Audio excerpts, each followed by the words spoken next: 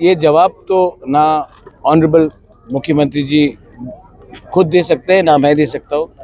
इसका जवाब जनता देगी। जो गांव में हमारा जो तिपरासा है वो जवाब देगा।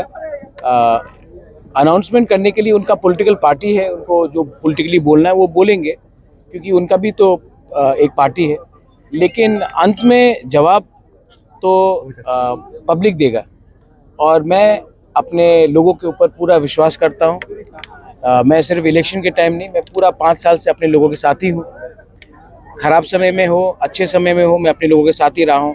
इलेक्शन के 2 महीने पहले अपने लोगों को गुमराह करने से हमको नहीं लगता कि 2026 में तिपरासा इतना नादान है कि वो किसी के बात सुनकर विश्वास कर ले कि कौन किसके लिए काम कर रहा है।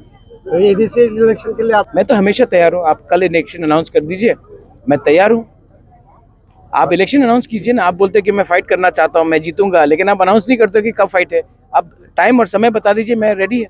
हम तो रेडी है। आप कल अनाउंस कर दीजिए इलेक्शन, हम रेडी है।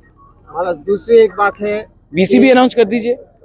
क्या क्या कोरोना चल रहा है। मुख्यमंत्री जी ने बोले हैं कि मौथा जो पार्टी है वो हमला करके और क्या बोलते हैं प्रेशर क्रिएट करके वो अपना पार्टी चला रहे हैं। नहीं, उन्होंने नाम नहीं लिया। उन्होंने नाम नहीं लिया। उन्होंने बोला है, पर्टिकुलरली बोला है रीजनल पार्टी तो और भी है ना, आईपीएफ बोला की भी है। और ये भी बोला है कि छोटे भाई की तरह रहने के लिए हमारे साथ है तो छोटे भाई की तरह रहना है, आपको बड़ा भाई नहीं बनना। आपको मीडिया बाइट चाहिए, थोड़ा चटपटा मीडिया बाइट चाहिए। मैं आपको चटपटा मीडिया बाइट नहीं दूंगा।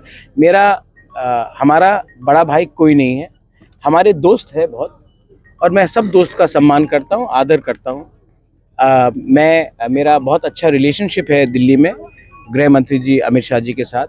आदरणीय प्राइम मिनिस्टर ने भी जब तिपरासा अकॉर्ड हुआ था, उन्होंने आशीर्वाद दिया था कि ये अच्छे से होगा, और मैं उनसे बात करूंगा। ये अगरतला में कोई भी कुछ बोले, मुझे नहीं लगता है कि मुझे रिएक्ट करना चाहिए। मैं सबका सम्मान करता हूँ, लेकिन हमारा बड़ा भाई कोई नहीं है। मेरा बड़ा बहन है, लेकिन बड़ा भाई कोई नहीं है।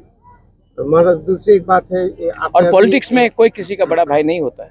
और आपने अभी एकॉर्ड के बारे में बोला है, तो अभी एकॉर्ड का क्या सिचुएशन है? बहुत दिन हो गया है एकॉर्ड हुआ है, कोई डेवलपमेंट नहीं है। तो मुझे लगता है कि दिल्ली में जो बीजेपी के लीडर्स हैं, जो होम मिनिस्टर है, उनको एकॉर्ड इम्प्लीमेंट करने का मन है।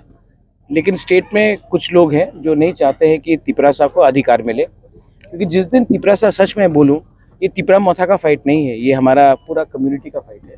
जिस दिन हमारे कम्युनिटी को अधिकार मिल जाएगा, हमको कोई दबा नहीं सकता। कोई भी पार्टी में हो, कोई दबा नहीं सकता। तो इसी के लिए 1-2 लीडर्स हैं जो अगरतला से दिल्ली को बोल रहे हैं कि अभी मत करो, हम एडीसी इलेक्शन जीतेंगे, उसके बाद हम लोग देखेंगे। तो ये उनका पॉलिटिक्स है, लेकिन मैं पॉलिटिक्स नहीं कर रहा हूँ।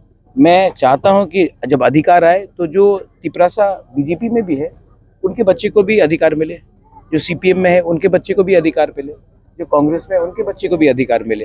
क्योंकि अंत में मैं राजनीति में क्यों आया हूँ? अपने कम्युनिटी को उनका हक देने के लिए। और हक सिर्फ एक पार्टी का नहीं होता है, हक पूरा कम्युनिटी का होता है।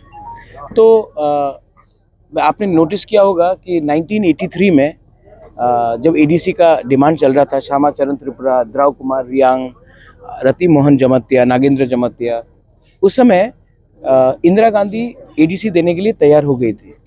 लेकिन अगरतला में कुछ लीडर्स थे, अशोक भट्टाचार्य, ये सब, इन्होंने बोला था रक्त दिवो एडीसी देवो ना। उस समय इंदिरा गांधी ने अगरतला के लीडर्स को, लाइक अशोक भट्टाचार्य को, ओवररूल करके उन्होंने एडीसी हमको दिया। आज भी अमित शाह प्राइम मिनिस्टर हमें अधिकार देने के लिए सोच रहे हैं। अगरतला में वैसे ही कुछ लीडर जो पहले थे दूसरे पार्टी से आज बीजेपी में हो सकते हैं, कांग्रेस में हो सकते हैं, सीपीएम में हो सकते हैं, उनको लगता है कि अगर तिपरासा को अधिकार मिलेगा तो उनका क्या होगा। मैं सिर्फ उनको यही बात बोलना चाहता हूँ, हम कोई भी कम्युनिटी के विरुद्ध नहीं है, कोई भी पार्टी के विरुद्ध नहीं है। हम सिर्फ चाहते हैं कि हमारा जो गरीब तिपरासा, जो यहाँ के हानि भूसा है, संत सॉइल है, स्थानीय लोग हैं, उनका भविष्य अच्छा हो जाए। और अगर वो हो जाएगा तो विवाद ही खत्म हो जाएगा।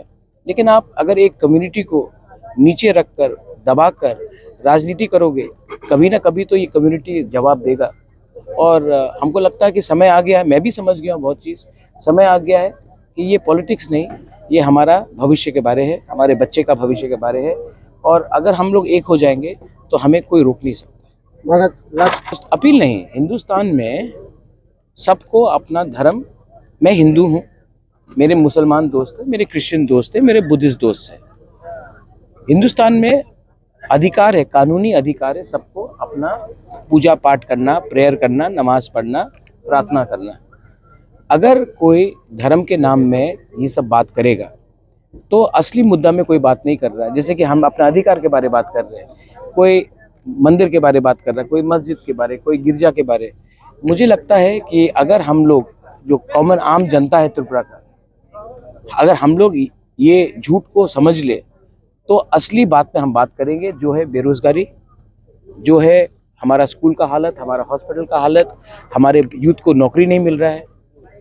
और वो सब में हमारा रास्ते, 1 साल के बाद कॉन्ट्रैक्ट मिलता है, 1 साल के बाद रास्ता बिगड़ जाता है, तो कॉन्ट्रैक्टर कितना कट खा रहा है।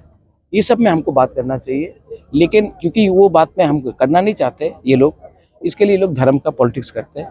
मुझे लगता है कि हिंदुस्तान में शांति रहना चाहिए और वायलेंस नहीं होना चाहिए। मस्जिद हो, मंदिर हो, चर्च हो, बुद्ध मंदिर हो, और जो लोग ईश्वर के ऊपर विश्वास भी नहीं करते, जो एथियस्ट है, उनका भी सम्मान होना चाहिए, क्योंकि ये देश हम सबका है, किसी एक धर्म या किसी एक भाषा या किसी एक लोगों का नहीं है।